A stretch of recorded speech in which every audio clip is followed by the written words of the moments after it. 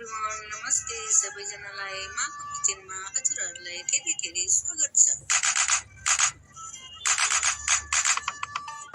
आज म हजुरहरू सामु नयाँ रेसिपी लिएर आएको छु। आज मैले मास र अन्डाको बारा बनाउँदैछु। हजुरहरूले अन्तिमसम्म हेरेर मलाई साथ दिनुहोला।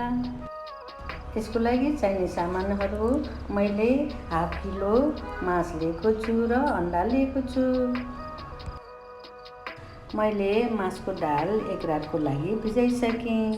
हजुरहरूसँग टाइम छैन भने 4-5 घन्टा मात्रै भिजाउनु भए पनि हुन्छ। यो मास मैले एक रात भिजाएको। यसरी राम्रोसँग मारेर यसरी बोक्रा निकाल्नु पर्छ। अनि यो बोक्रा सबै फालिदिनु पर्छ। मैले यसको बोक्रा सबै निकालिसकेँ। हेर्नुहोस् त साथीहरू, अब म मिक्सचरमा राखेर ग्राइन्ड गर्छु। मैले यो मासलाई ग्राइन्ड गरिसकेँ। अब म यसमा बेसार, जिराको धुलो, खोर्सानीको धुलो, अदुवा लसुनको पेस्ट एड गरिदिन्छु र राम्रोसँग चलाइदिनु पर्छ। हजुरहरूले स्वादअनुसार नुन राख्न सक्नुहुन्छ।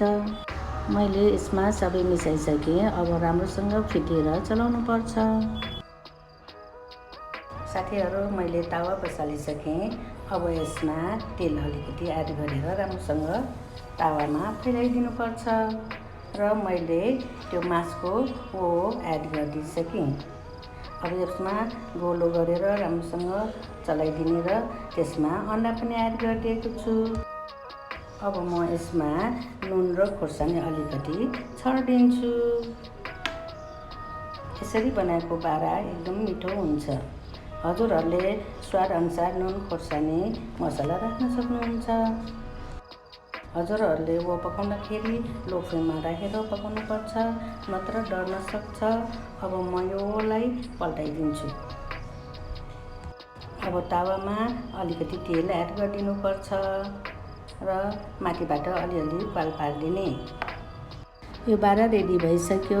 यसको लागि मैले गोरबेरा र टिम्बुरको अचार बनाएको छु।